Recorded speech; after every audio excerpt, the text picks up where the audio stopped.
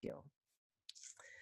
All right, here we are again for our weekly Sunday Zoom meeting of the Healing Cooperative, professional networking and spiritual support for people who are passionate about holistic healing. And we have our speaker of the week here, Carine Sroujian. Did I pronounce that properly?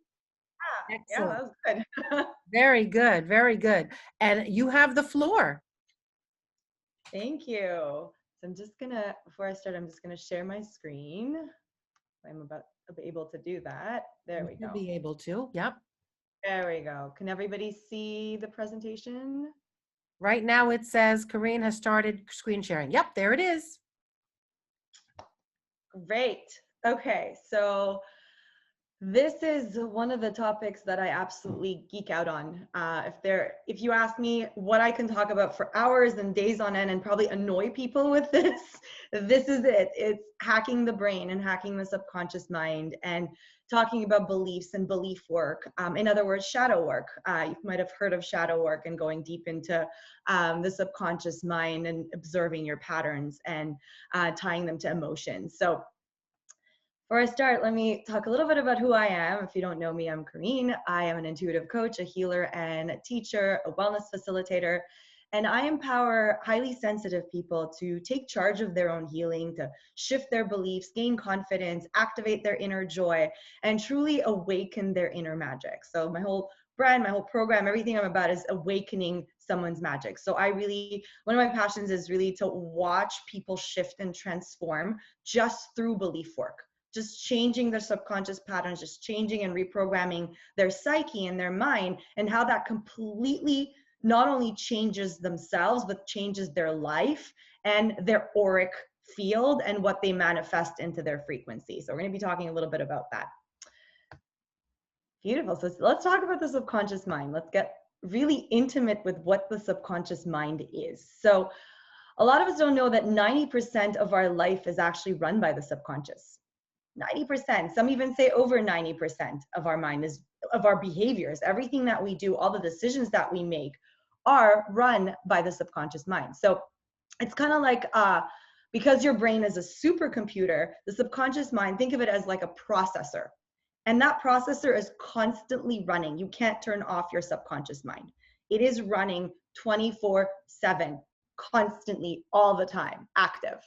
And this is where you store all your memories, or all your beliefs, all your feelings, all your previous experiences. So there's a whole lot of data in there. And you can keep on, this processor doesn't have a data limit. You can keep putting data after data after data in there. So you process a huge amount of information via your five senses. And what that happens is it translates them to your brain in the blink of an eye. It's very quick. It's a very, very fast super processor. And it's a really powerful part of your brain that really puts your life on autopilot. So it can also control all of the experiences in your life. So the jobs you choose, the partners you choose, the amount of money you make, even the way you react to stressful situations. So every decision that you make is kind of like on autopilot, and it's determined by your subconscious. So I also I like this because I also kind of see the subconscious mind as like a genie in a bottle. So that really grants your wishes. So anything that you say to your subconscious, you can actually manifest into reality. And you have unlimited wishes. It's not like you have 3 wishes and it's over. So if you say something like, well, I hate my life, and hate is such a vibrationally low frequency word. So if you say something as harsh as I hate my life, guess what? The genie's going to say, well, your wish is granted. We're going to create a life that you hate. If you say something like, I'm not enough, or I'm not beautiful, guess what? That genie will grant your wish, right? So oftentimes a lot of people are walking this earth and this incarnation completely unconscious, where they've become a servant to their mind. So in reality, it should be the complete opposite. Your mind should be a servant to you. Your subconscious should be a servant to you. So I'm very passionate about teaching people how to master their mind, how to master their mind, how to master their energy so that they can master their life, right?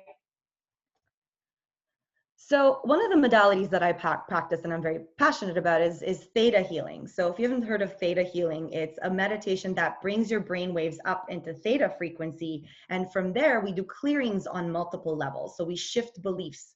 We do a lot of belief work. So in Theta, we talk about the subconscious having 4 levels of belief. The first level is the core beliefs. So the core beliefs is anything that comes from this lifetime. So inner child conditionings or trauma, anything that you've experienced as a child or even growing up all the way to your current lifetime. So this can be situated in the frontal lobe. So physically, if you had to look at your core beliefs, actually reside in the frontal lobe of your brain. And then we go down to the genetics. So your ancestry, any belief that was held by your lineage can be passed down to you and be lodged in your DNA. So think of your genetics as your software, like the programs that are running your life, right? And that's found in the master cell, which is your pineal gland. So if you had a grandmother or a great grandmother who had a certain belief, you can actually be holding on to that belief in your cells. So this is really important to clear so that you're not hanging on to the karmic beliefs from your lineage, right? And in the Kundalini Yoga technology, which is another modality that I practice and that I teach, we talk about holding on to beliefs and trauma and karma for 7 generations before you and 7 generations ahead of you. So when you do this kind of work, you're actually impacting your ancestors energetically, and you're also impacting the generations to come. So your children, your children's children. So this is why this work is so important.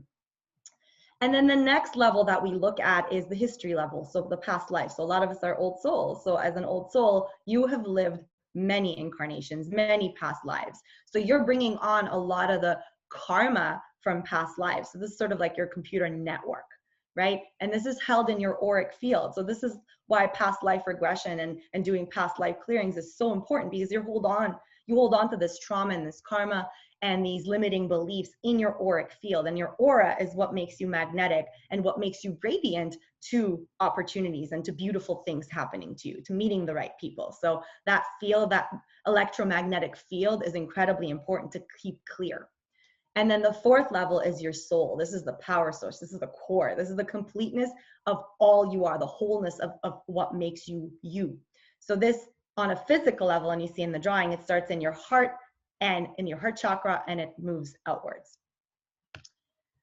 So I love this quote from Yogi Bhajan, and I really wanted to share it. It's Yogi Bhajan was the yogi that brought Kundalini Yoga to the West. He says, the mind has the capacity to act like a recorder. A habit enters the recorder and then begins automatically to play itself back in your behavior, feelings, and thoughts. Layer after layer of habit forms in the subconscious mind of each person. Used with awareness, habits help you quickly act and automate actions that require little change. Used without a relationship between you and the mind, they steal your spontaneity, uniqueness, and projection. So you have a choice. Live in excellence and awareness, or live subject to the stereotypes of your subconscious habits.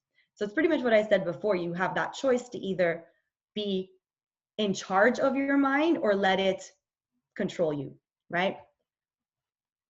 Let's talk a little bit about emotions and beliefs and how there is a connection between them.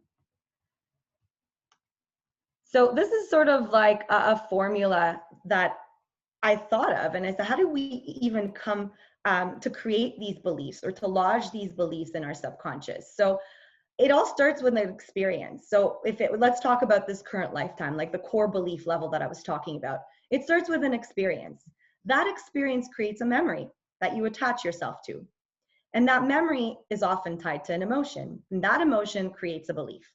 So let's talk about an example. You, as a child, are shopping with your mother, right? And you ask your mother for a toy, and your mother says, no, I can't afford that. I'm not getting you a toy. You can't have everything you want. Plus, money doesn't grow on trees. In that moment, there's a memory that gets lodged into your subconscious. It's tied to an emotion, which could be many ranges of emotion in that moment, depending on the child, right? So could be anger, frustration, sadness in that moment, attached to that memory of your mother saying, no, you can't have what you want. And then the belief, again, it depends on the individual. You can come up with so many beliefs to put in your subconscious. Money doesn't grow on trees. Abundance is limited. I can't have money. Money is not easy to come by, right? I can't have anything I want.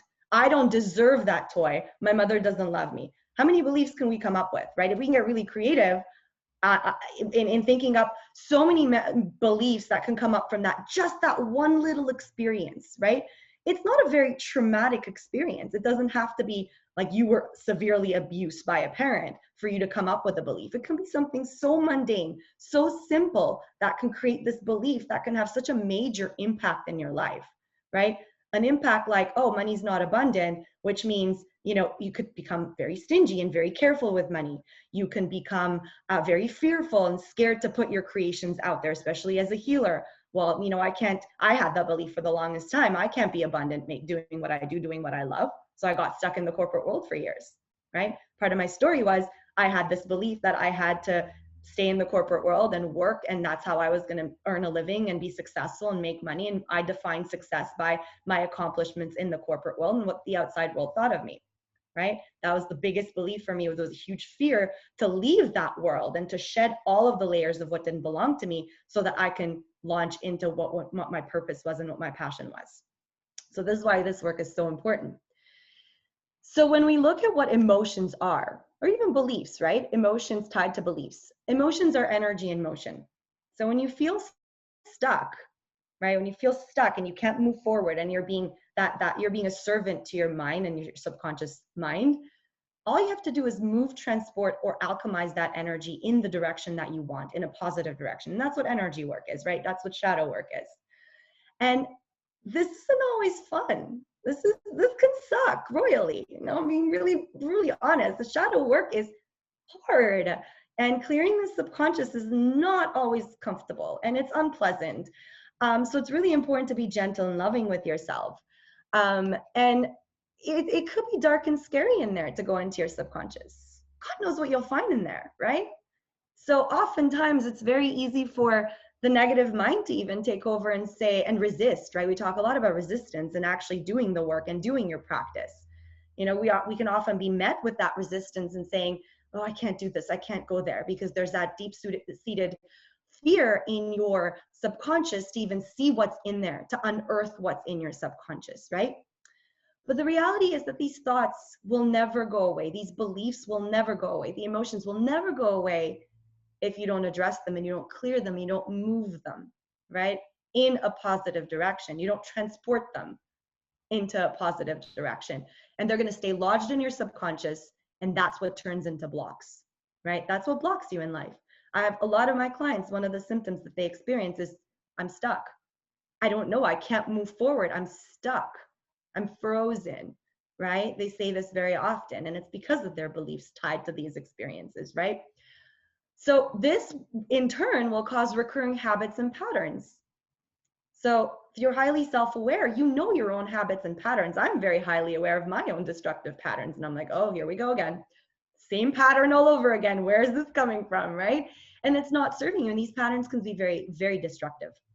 So in Kundalini Yoga, we call them haunting thoughts. Like those, just like you clear entities, right? And spirits. In energy work, we clear entities and spirits. Just like you clear those, you need to clear these haunting thoughts, because they're going to stay there and plague your life, right? Not to be overly dramatic, but that's the reality, right? So I'm also fascinated about how we create these repeated patterns. So what happens once, you know, you've had that experience, you have that memory lodged into your subconscious, you have that emotion that's tied to your memory, and then you have this belief. What happens? That belief becomes your reality, right? We know thoughts create your reality. We know this already, right? That becomes your reality. It's like the illusion of the reality that you're creating because you have this belief and you wholeheartedly believe that your belief is true, right? And that creates a pattern. That creates the destructive, broken pattern, right? And if you don't clear these beliefs and get to the root of these habits and these patterns, you're going to keep repeating these patterns over and over again. And guess what? The universe will keep sending you lessons until you learn and integrate. And so I'm going to be talking a lot about that a little bit later, of how to integrate these lessons and why it's so important. So I find that really, really interesting, Carine, and I really like your paradigm.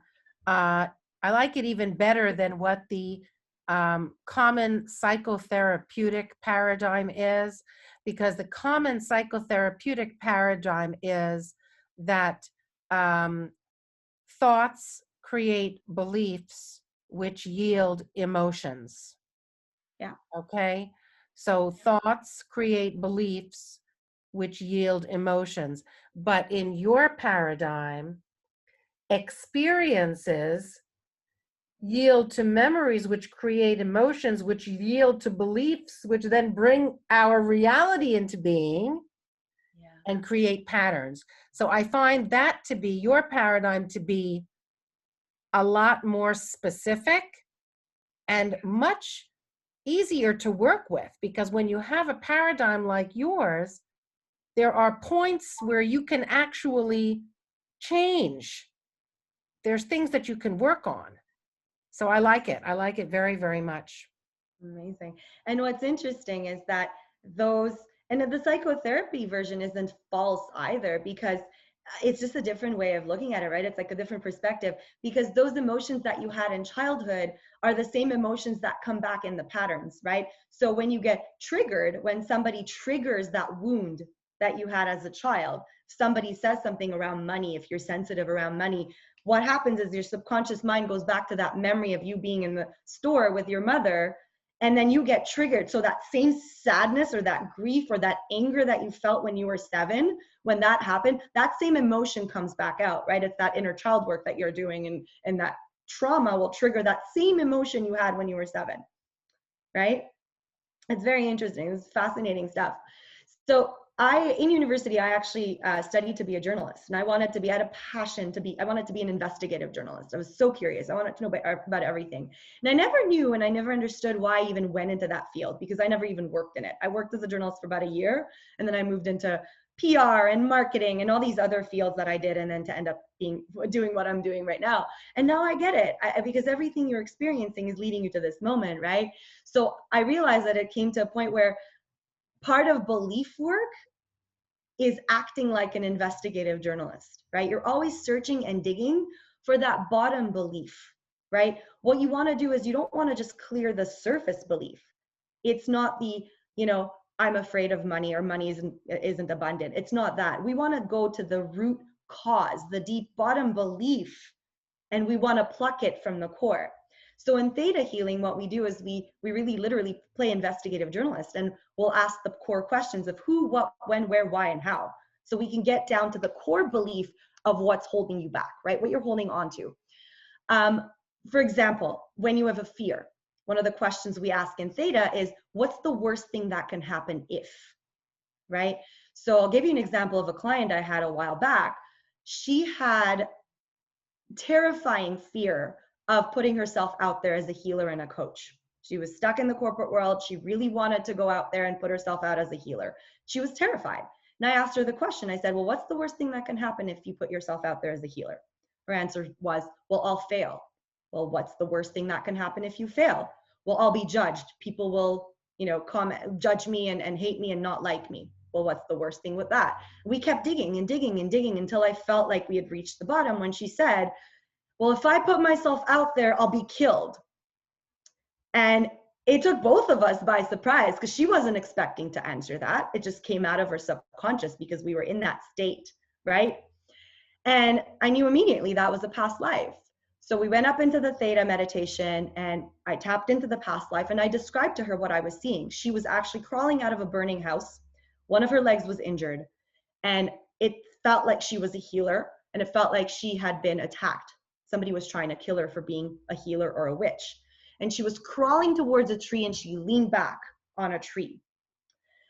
And in that moment, she leaned back. This was an in-person chat session. She's like, Carine, she's like, you just described a dream I've been having since I was as a child. Since I was a child, I've been having this dream to a T, but in detail. And she's like, I knew it was a past life. And what we did is we released the pain, the shock, the trauma, and the free-floating memories, not the memories that are important, just the free-floating memories that are useless, from the first time that she experienced that trauma, which was that lifetime. A week later, she was putting out her program. She had she was starting to develop her website, and now she's seeing clients. So this is why this work is so important. To think that, this is why I'm so passionate about this, to think that one thing that occurred in your past life, a trauma that you experienced, is holding you back from living your authentic life and your truth in this lifetime. It's fascinating, right? So we're going to do a little bit of a practice. One of the things that I'm sure, you know, if you're a healer, you've heard of muscle testing before, and you muscle test. The muscle testing is to test your subconscious, right? So in Theta healing, and there's many ways of muscle testing, but in Theta healing, we use two methods, which is the finger method and the body pendulum. So you can choose one or the other. So see which one you feel you resonate with most. We're going to test the following 4 beliefs. So before we do that, we're going to do a little energy break. In Theta healing, we seal and we seal our aura, and we do a little bit of an energy break to protect ourselves. So we're going to rub our hands together. Separate your energy from everybody else's. So one palm down on your heart and the other away from you. And then we're going to zip up our aura 3 times. So you're just zipping up, just imaginary zipper. Beautiful. Make sure you've drank enough water. You just want to be hydrated when you do this. So if you choose to do the body pendulum, I do recommend, it's not required, but I do recommend you face north. It's just more accurate. But if you're choosing to do this one, so I'll demonstrate both. So you're going to bring your index and your thumb finger together. So it's like Gyan Mudra if you do yoga. And you're going to keep it sealed. So you're going to keep it shut together. And on the yes, it's going to stay closed. On the no, it's going to open. So don't think about this. This is just subconscious, right? And you're going to bring the other fingers inside, and you're going to try and open and close it, right? So we're going to test the yes and no's first. So you're going to close your eyes. You're going to keep your fingers shut, sealed together. And then you're going to say yes, wait 2 seconds, and try to open and separate the fingers. So say yes out loud, keeping your eyes closed, and try to open it. So they're supposed to stay shut. And try to separate the fingers. So you're going yes, no, yes, no, right? Is it working for everybody?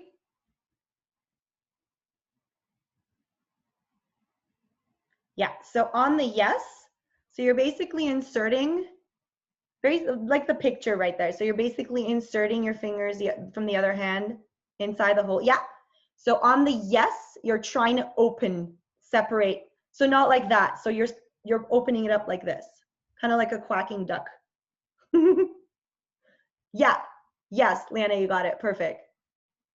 So on the, you're gonna close your eyes, you're gonna say yes. On the yes, it stays closed. On the no, it opens.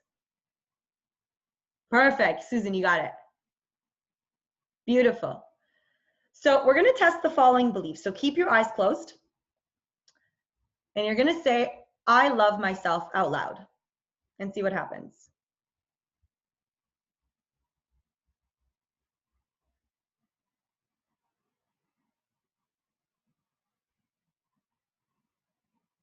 And then test, I hate myself.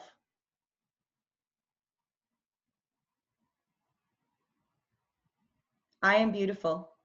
And say it out loud. It's very powerful to hear the frequency of your voice.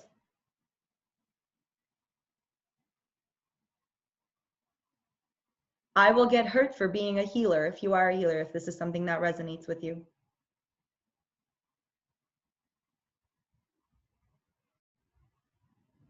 Beautiful. So you can have fun with these. You can have fun with these. You can test any beliefs that you want to test from your subconscious. So the one thing I do recommend is don't put any negatives in there. So I can't or I don't, right? So just I love. It's more of like kind of like an affirmation, like I am, I love, I hate, I am.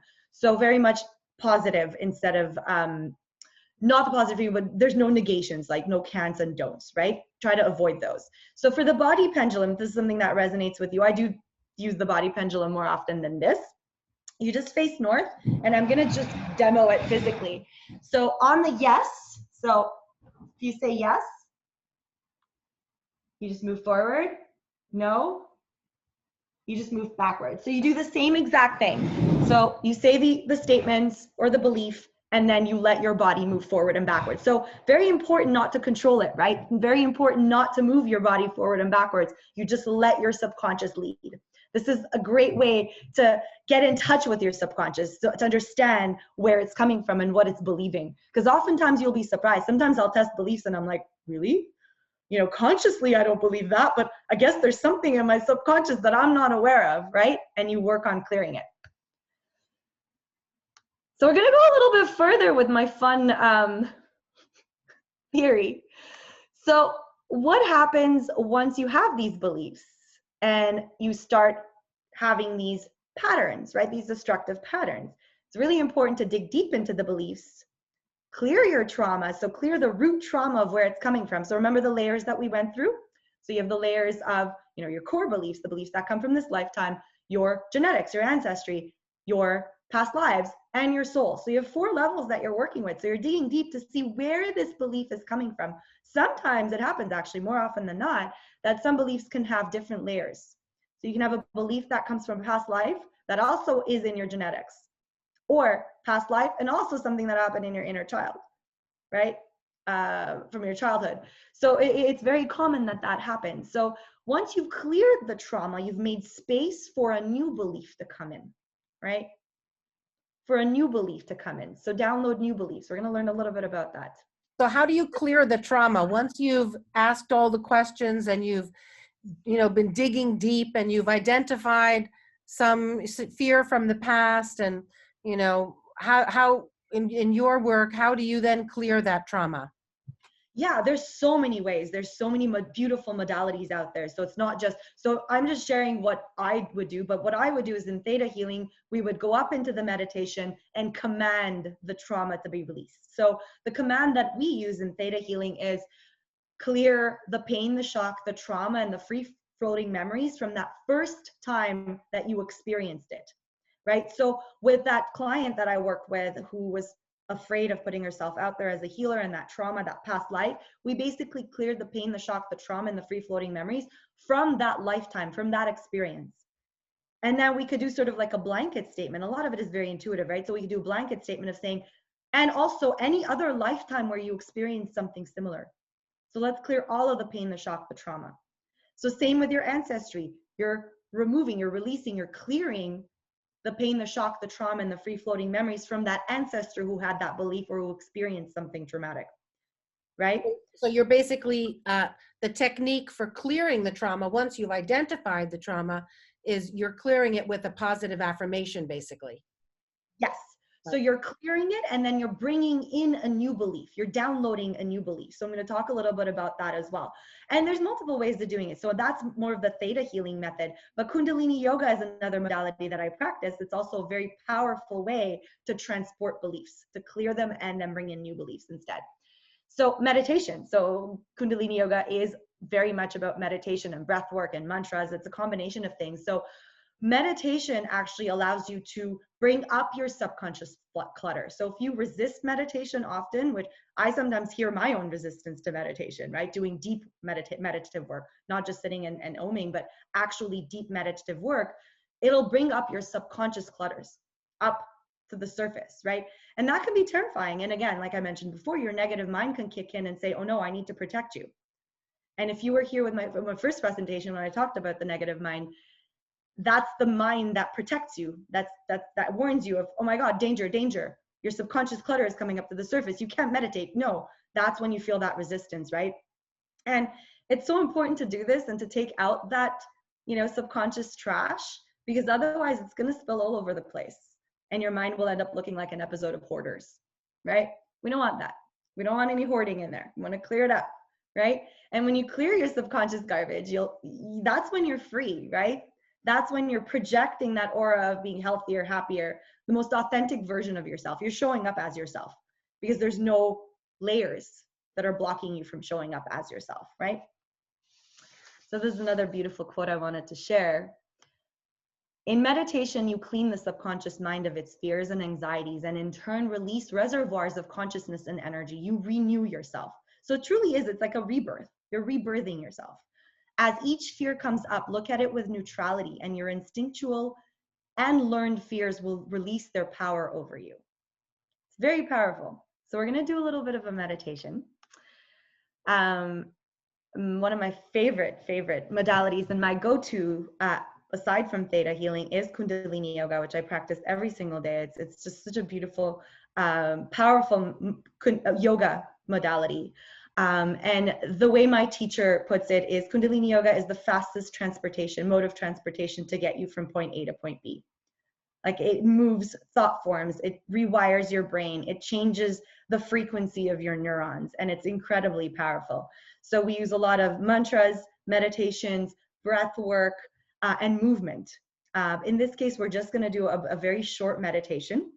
It's the Guru Gayatri meditation to clear subconscious blocks.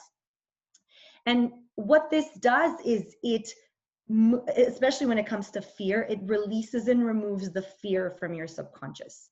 It's a very effective way. This mantra itself is a very effective way to remove thought forms that are not serving you from your subconscious. And it also clears and purifies your aura and your magnetic field, and it makes you magnetic to everything that's just beautiful and magical and what you deserve to have. So before we begin any Kundalini Yoga practice, we chant a mantra, which is Om Namo Gurudev Namo 3 times. And then we add the protection mantra to it, which is Ad Gure Name, Jugad Gure Name, Sat Gure Name, Siddhi Gurudeve Name. So I've written it out. You don't have to say it exactly that way. Just mouth, you move your mouth, try to say it as accurately as possible. Maybe just listen to the frequency of it. It does help to try and chant it. So Om Namo Gurudev Namo means I bow to the creative wisdom within me. So this is in Gurmukhi, which is a very powerful sacred language.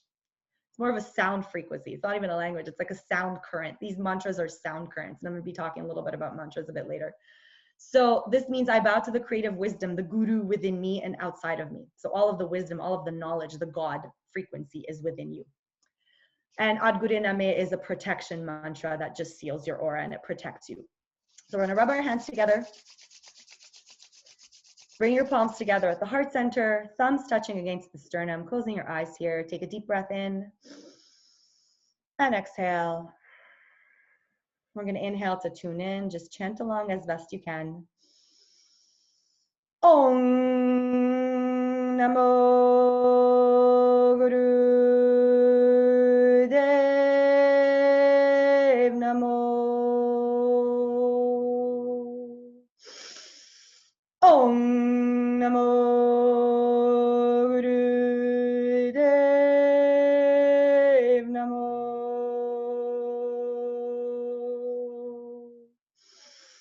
Om Namo Gurudev Namo. Deep inhale. Hold the breath, squeeze the mula bandh, anus muscles, stop P muscles, lower belly, hold the upper energy up and in. Focus at the brow point, meditate. Hold the breath. And exhale. Inhale. Ad Gure Name, Jugad Gure Name, Sat Gure Name, Siddhi Gurudeve Name. Ad Gure Name, Jugad Gure Name, Sat Gure Name, Siddhi Gurudeve Name. Ad Gure Name, Jugad Gure Name, Sat Gure Name, Siddhi Gurudeve Name. Deep inhale. Hold the breath. Squeeze the mula bandh. Anus muscles, stop P muscles, lower belly, hold the energy up and in. Focus at the brow point, the third eye. Hold the breath. Squeeze the palms together. And exhale. Beautiful. So what we're going to do is you're going to bring your fingers into Gyan Mudra, so index and thumb touching each other. You just rest them on your knees, palms facing up.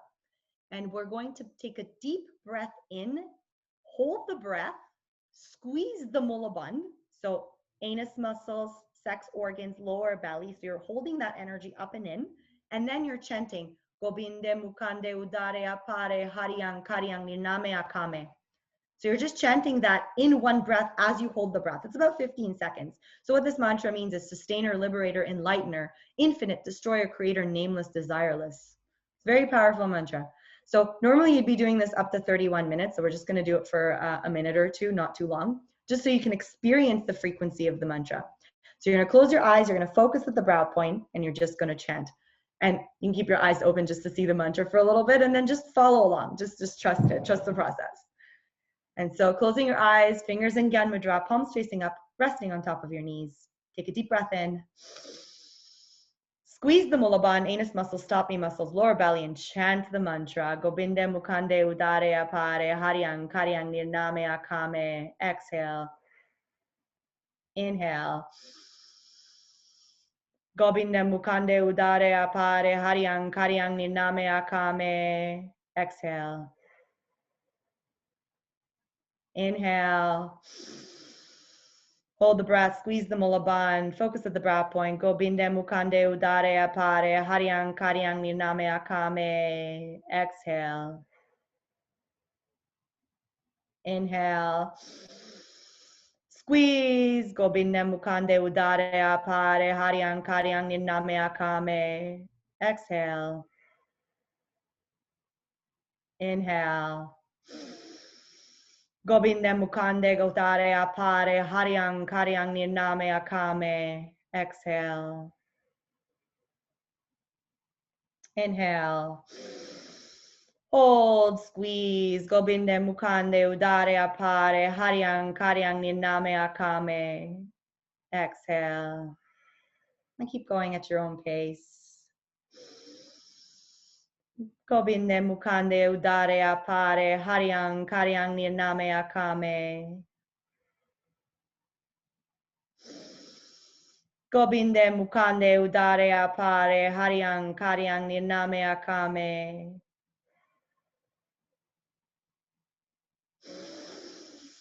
Gobinde Mukande Udare Apare Haryang Karyang Nirname Akame. Deep inhale. Hold the breath. Squeeze the Mulabandha once more. And exhale and release.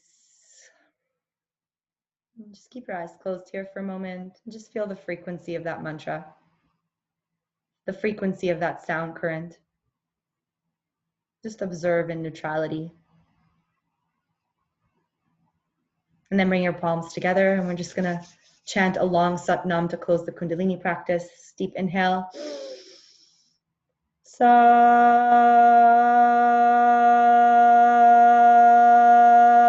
Nam.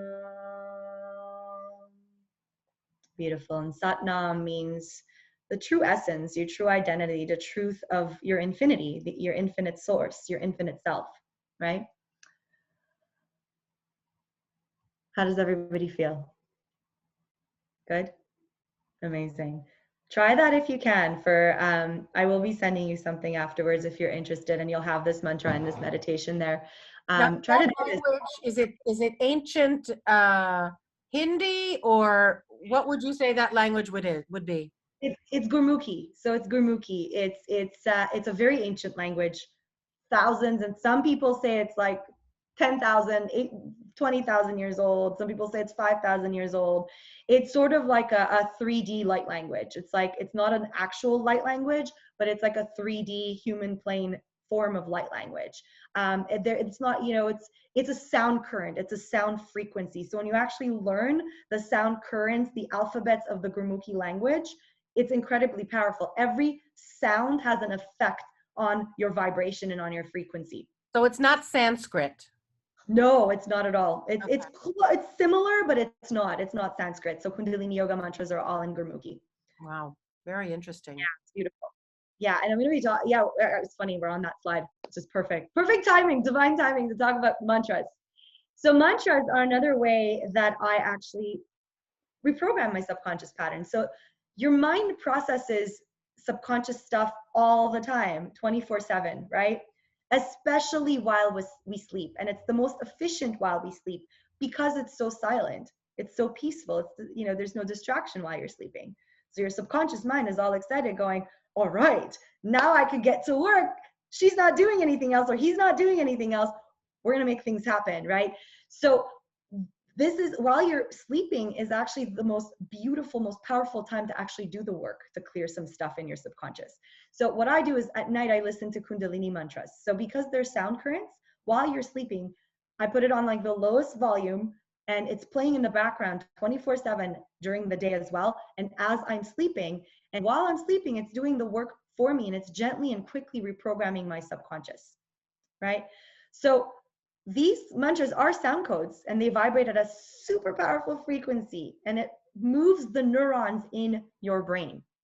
So, and it's really important to also chant these mantras. So learn some of these Kundalini mantras and chant them. Some of them are very, very complicated. They can go on for like an hour, but some of them are very short. Saying something like Sat Nam. In the morning, I wake up and I say Sat Nam, or Waheguru is another one that I love. It means, just I'm excited, the excitement of being one with source, right? It's like that wow feeling is Waheguru, and just saying that when you wake up, it does something to your brain. When you're chanting it, what happens is that you have 84 meridian points on the roof of your mouth. It's like 84 chakras just in your mouth, right?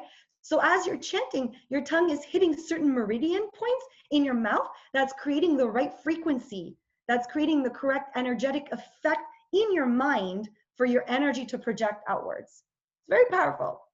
So what I would like to do is I'm going to put this in the chat. I'm going to share my playlist with you. How do I put this in the chat? Oh, yeah. So I'm going to put my Spotify playlist in the chat for you to have access to it. So I do recommend that you listen to these at night or during the day. I listen to these when my kids are around so that it affects them as well. Just play these 24/7.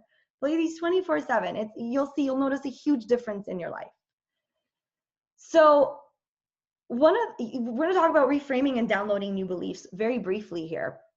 But because the brain is a supercomputer, we have the ability to remove programming that's not serving us and download new beliefs that are aligned, right? We have that power, and the way I like to explain this is to clear the cache, clear the history, clear the cookies. Just clear all of that clutter that's not serving you, that's slowing down this processor, the subconscious mind, and put in a new programming. Let's just download a new programming that will help you manifest the life you want, right? That will allow you to show up as who you truly are. And one of the interesting things is that every belief or fear has an undercurrent that is serving you in one way or another.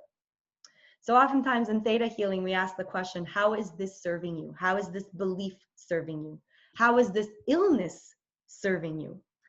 And oftentimes the answer will be, well, it's not. I want to get rid of it. People get really defensive with that question, right? I don't want it. I want to get rid of it. But then when you keep asking, they're like, oh, well, actually, this is what happens because it's keeping me safe, right? I believe that I will get hurt if I put myself out there as a healer because, if I hold on to that belief, it's keeping me safe. If I don't put myself out there, I won't get hurt, right? Sometimes I get clients who have illnesses, who struggle with autoimmune diseases or any form of illness. And I'll ask them the question, how is this serving you? So after they put down their defenses, they're like, well, because of this disease, my husband is always, waiting on me hand and foot. I don't have to do as much work as I did before. I was constantly working before. Now I get to work from home and I get to have more flex. My boss is more flexible with me. There's always that, like, even though you don't want it, you don't want to hold on to this belief, you don't want to hold on to this illness that you have, it is always subconsciously serving you in one way or another. It's an illusion of protection, right? It's an illusion of giving you what you think you can't have if you didn't have that belief or that illness. This comes from the layers, right? This comes from childhood programming, your ancestry, your past lives. And then when you release that old programming and bring in new ones, you're actually retraining and redirecting the receptors in your brain and your cells to open new pathways. You're creating new neural pathways in the brain. Think of the possibilities. You're closing old connectors that are not serving you, and you're creating new neural pathways for literally anything, for any illness, for depression, anxiety, addictions, happiness. You can remake your brain. You can rebuild your brain, right? And it's fascinating. And love this quote too. Whatever goal you give your subconscious mind, it will work night and day to achieve it, right? It's working for you. You can make it do whatever you want. So another way, okay. So another way I love to reprogram my subconscious pattern, this is like really a quick fix that you can use, is to name your subconscious. So when you name your subconscious, you're giving it an identity outside of yourself, right? So it's like you're separating yourself from your subconscious mind. You're not your thoughts, right? We know this. We are not our thoughts. But this is a cool and fun, silly way of naming it, or just like separating yourself, saying, well, I am your master. I'm going to name you and you work for me, right? So one of the ways I love it is like, call mine Rosie. So I'm like, Rosie, go get me a vegan gluten-free donut. Or like, Rosie, go get me a coffee or do my laundry. Like, just go away. You're not the truth. This is not going to work for me. This belief isn't serving me. And while you're at it, do something useful for me. Like, make yourself useful. Go get me something, or go do something around the house and do some household chores.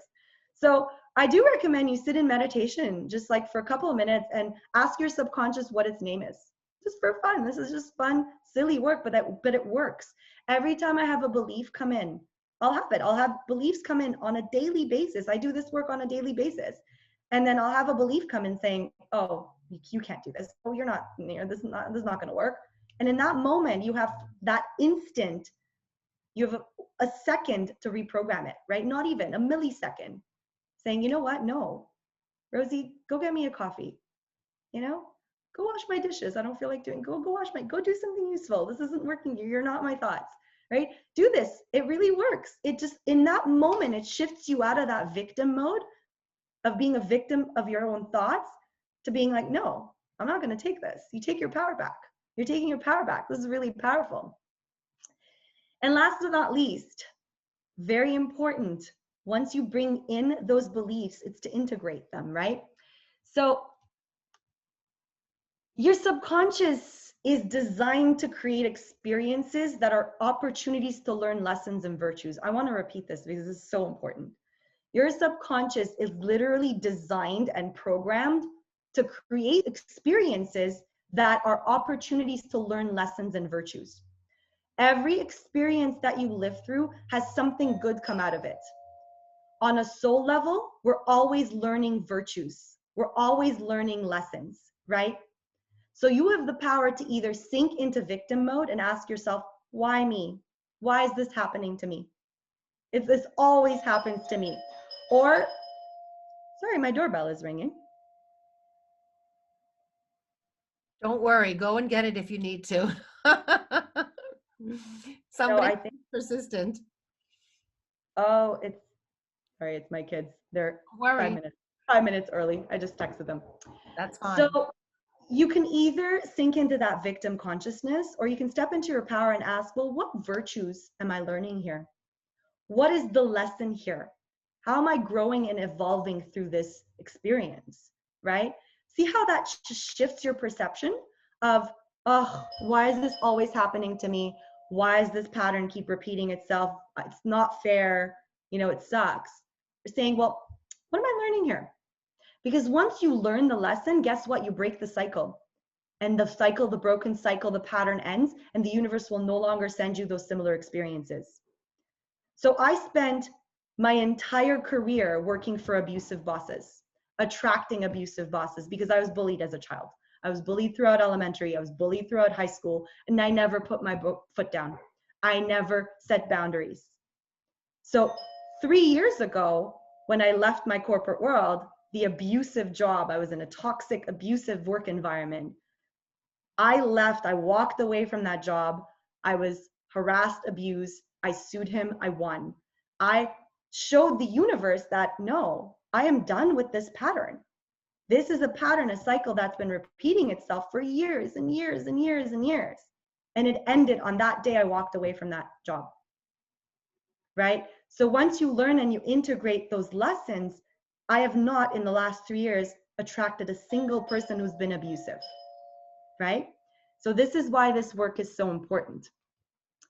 So thank you so much for incredible presentation, as always.